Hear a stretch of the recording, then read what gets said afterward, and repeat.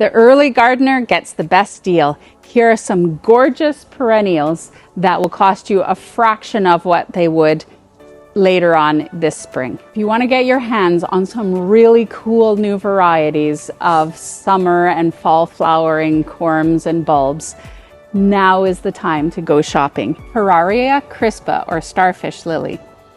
This one's new to me. I think it's going to have to come home. One of my favorites. And look at the peonies. This is a really, really cost-effective way to add some gorgeous varieties to your garden.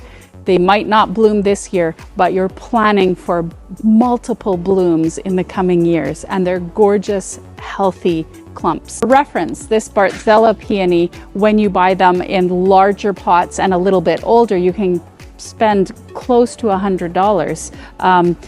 For reference, for $24.98, you can buy this beautiful, healthy clump, and you put in the time and the care, and it will reward you in seasons and seasons to come.